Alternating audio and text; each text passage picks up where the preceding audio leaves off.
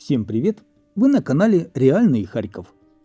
Харьков остается одной из ключевых мишеней на карте обстрелов Российской Федерации. Всего за прошедшую неделю по городу было 7 попаданий. Впервые за все время полномасштабного вторжения противник применил FPV-дрон с боевой частью на базе РПГ. Это новая, еще более коварная угроза, свидетельствующая о попытке найти уязвимые места в обороне города. Пострадали 11 человек. Среди них ребенок, 14-летний подросток, получил черепно-мозговую травму. К счастью, обошлось без погибших. Разрушения по-прежнему затронули исключительно гражданскую инфраструктуру. Пострадали частные дома, многоэтажные жилые здания, типография и офисные помещения. Что касается воздушных тревог, в Харьковской области на прошлой неделе прозвучало 51 предупреждение о воздушной угрозе. В самом городе 39. Общая продолжительность тревог в Харькове была на 41% меньше, чем по области. Спасибо всем, кто продолжает работать для Харькова, каждому спасателю, медику, коммунальному работнику, волонтеру, руководству города. Именно благодаря вам Харьков живет.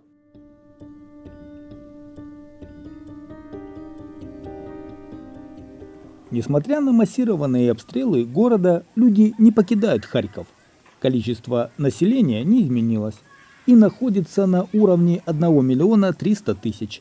Об этом в интервью Общественному рассказал мэр Игорь Терехов. В апреле Харьков пережил рекордное количество обстрелов – 136 ударов. Сегодня из общего количества жителей Харькова 206 тысяч – это вынужденные переселенцы.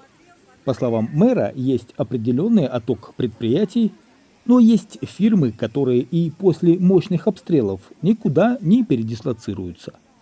Также мэр рассчитывает, что после войны население будет составлять 2,5 миллионов жителей.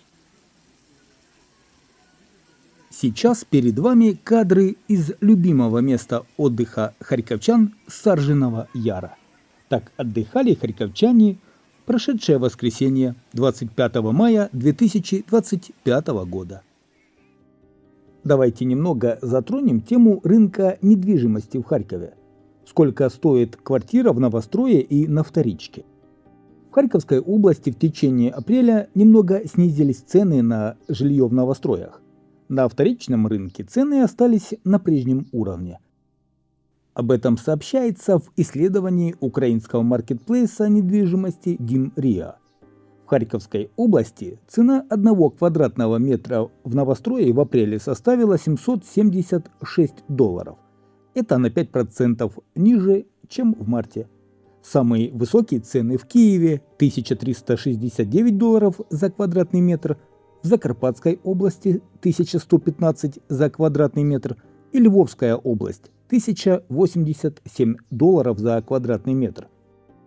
Средняя цена однокомнатной квартиры на вторичном рынке в Харьковской области в апреле составляла $27 313. Это 19-е место среди всех неоккупированных регионов Украины. По сравнению с мартом цена не изменилась. Самые высокие цены на однокомнатные квартиры в Киеве, Львовской и Закарпатской областях. Вот так сегодня выглядит дворец спорта в Харькове и Ледовая арена, попавшие под обстрел 1 сентября 2024 года.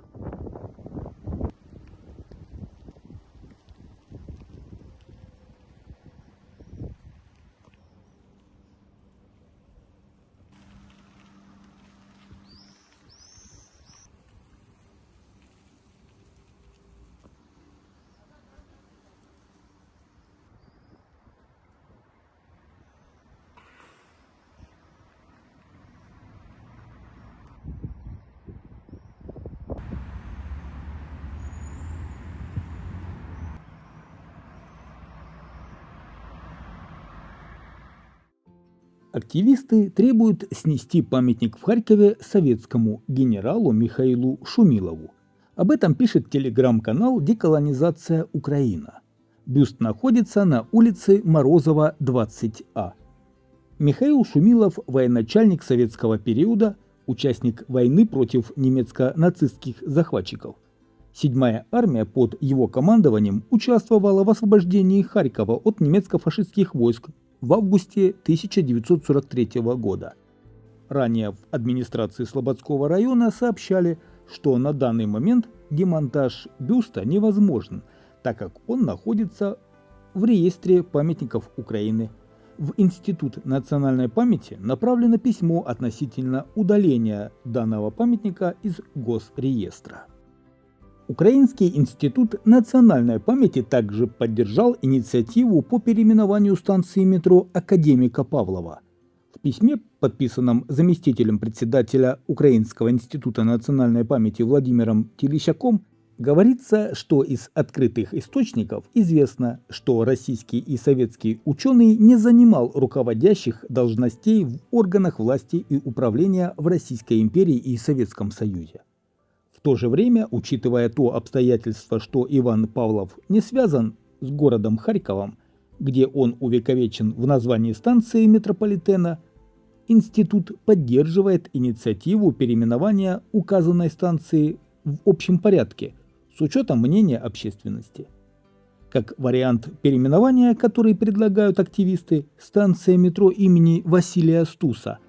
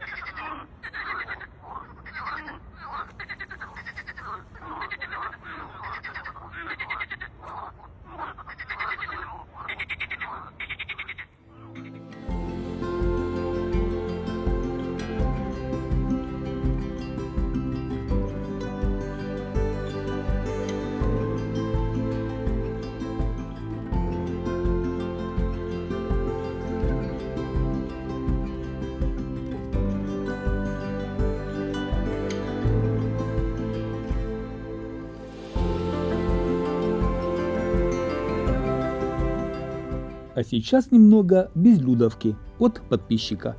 Сезон отдыха и купания уже открыт.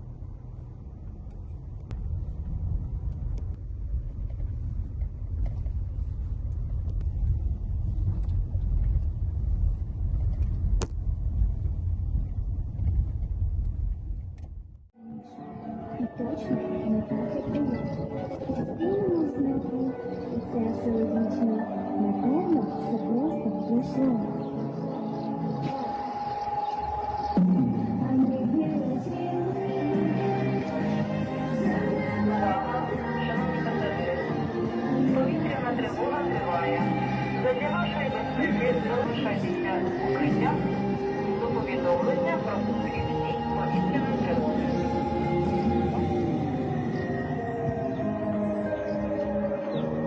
Шановні пасажири, електропоїзд 1407 Харків.